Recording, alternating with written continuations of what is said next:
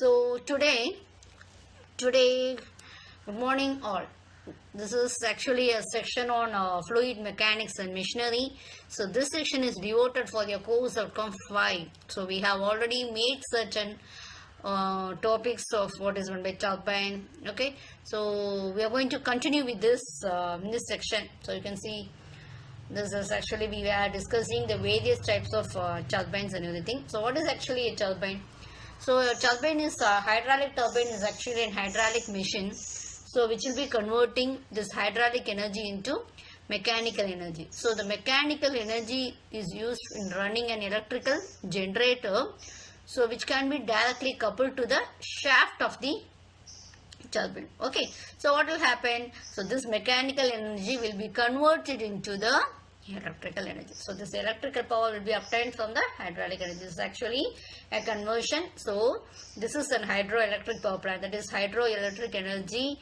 Okay, hydraulic energy will be converted into mechanical energy, and mechanical energy will be converted into electrical energy. Okay, so that's the purpose of your hydraulic power plant. Okay. So what is the layout of a hydroelectric power plant? What do we have as the parts? The number one, we do have a dam which is constructed across a river to store the water, and we do have pipes of large diameters which we call it as a penstock, which will carry the water under pressure from the storage reservoir to the turbines. So these pipes will be made of steel. Okay, and actually we will have vanes will be fitted over the turbines, and we also have a tail race. So tail race will be carrying the water away from the turbines after the work is being carried out in the turbines. So you just imagine. So at that side we do have a penstock which will be carrying water under pressure from the storage to the turbines, and other side we do have a tail race which is carrying water away from the turbine. Okay. So surface of the water in the tail race channel we call it as the tail race.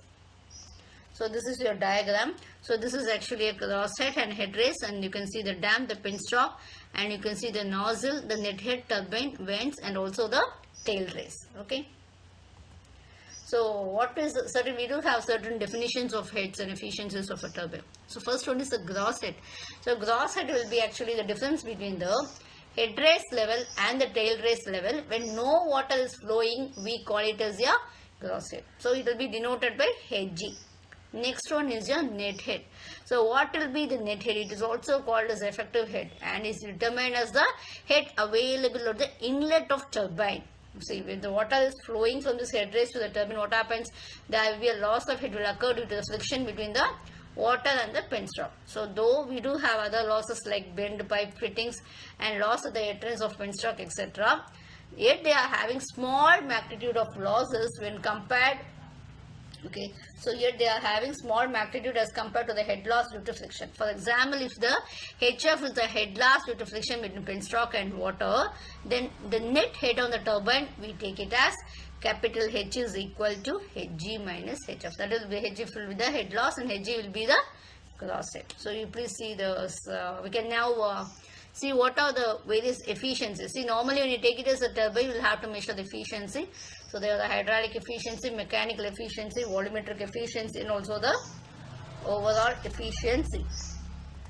So the first one is actually a hydraulic efficiency. So this hydraulic efficiency, we take it as the ratio of the power given by the water to the runner of the turbine to the power supplied by the water at the inlet of turbine. Okay, so it will be actually the power delivered to the runner divided by the power supplied at the inlet.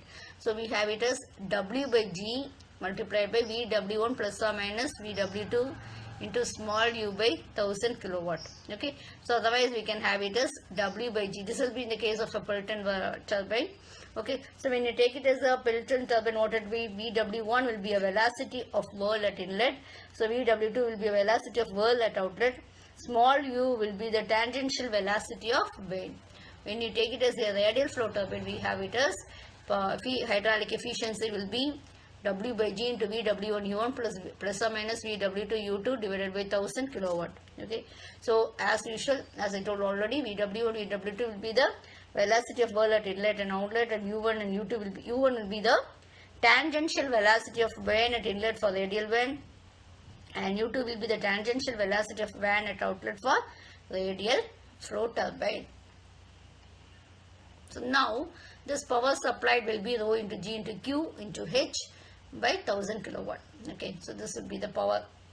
Mechanical efficiency is actually the power available at the shaft of turbine after this operation is covered divided by the power delivered to the runner.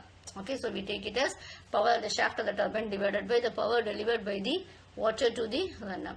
And next one is here volumetric efficiency. We take it as here ratio of volume of water actually striking the runner to the volume of water supplied to the turbine. We call it as the volumetric efficiency. Okay, so that is the volume of water actually striking the runner divided by volume of water supplied to the turbine. So this overall efficiency is actually, it is the ratio of the water available at the shaft of the turbine to the power supplied by the water at the inlet of the turbine. Okay, so next is actually we can say that when you are having these formulas and all, you can see that, you can see what happening.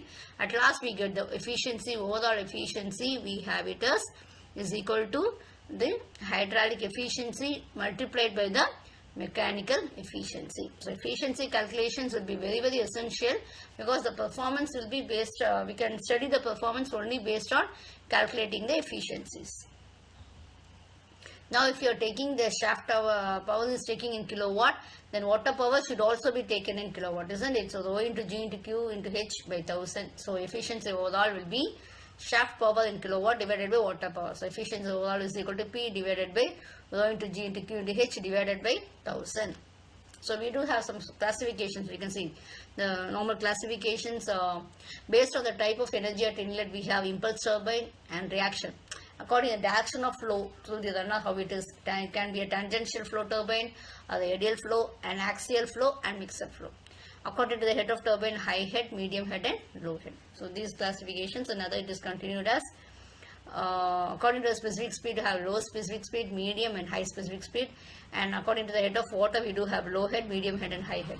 So, and also some the turbines are also named based on the originators.